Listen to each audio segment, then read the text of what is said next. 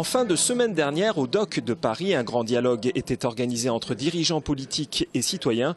Objectif, intéresser les personnes présentes aux questions européennes et aux élections à venir.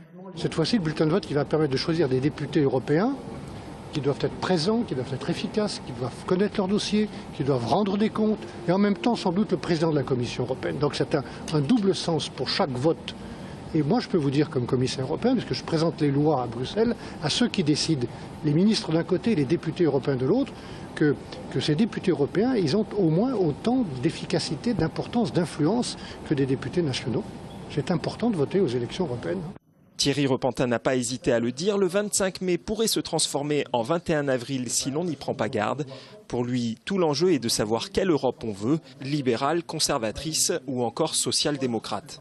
L'Europe, elle est présente dans la vie quotidienne de nos concitoyens. Les politiques sociales, les grandes politiques d'investissement sur les grandes infrastructures, les politiques de formation professionnelle, les politiques de la recherche et du développement, de l'enseignement supérieur. Tout cela, en France, avec des priorités du gouvernement français, ne peut trouver de concrétisation sans les outils et les moyens que nous donne l'Europe.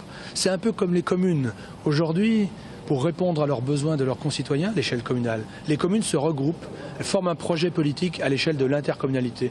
Elles vont monter des politiques à l'échelle de l'intercommunalité. Eh bien, l'Europe, elle est au pays, en quelque sorte, ce que l'intercommunalité est aujourd'hui aux communes. Aujourd'hui, les derniers résultats de l'Eurobaromètre sont inquiétants. Seuls 28% des Français disent avoir confiance en l'Union européenne contre 63% des personnes en moyenne en Europe. Et bien que le siège du Parlement soit à Strasbourg, seuls 44% des Français savent que les députés européens sont directement élus par les citoyens.